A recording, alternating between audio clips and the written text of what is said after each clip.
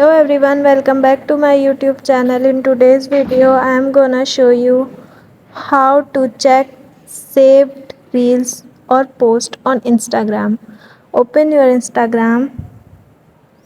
Now click on search, or you can also tap on reels.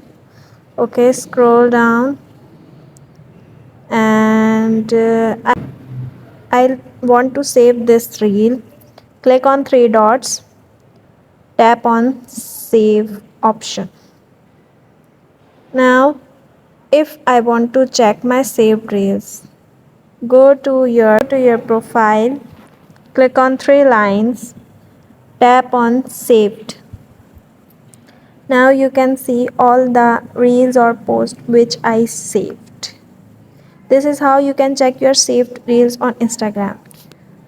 Thank you for watching my videos. Don't forget to like and subscribe my YouTube channel.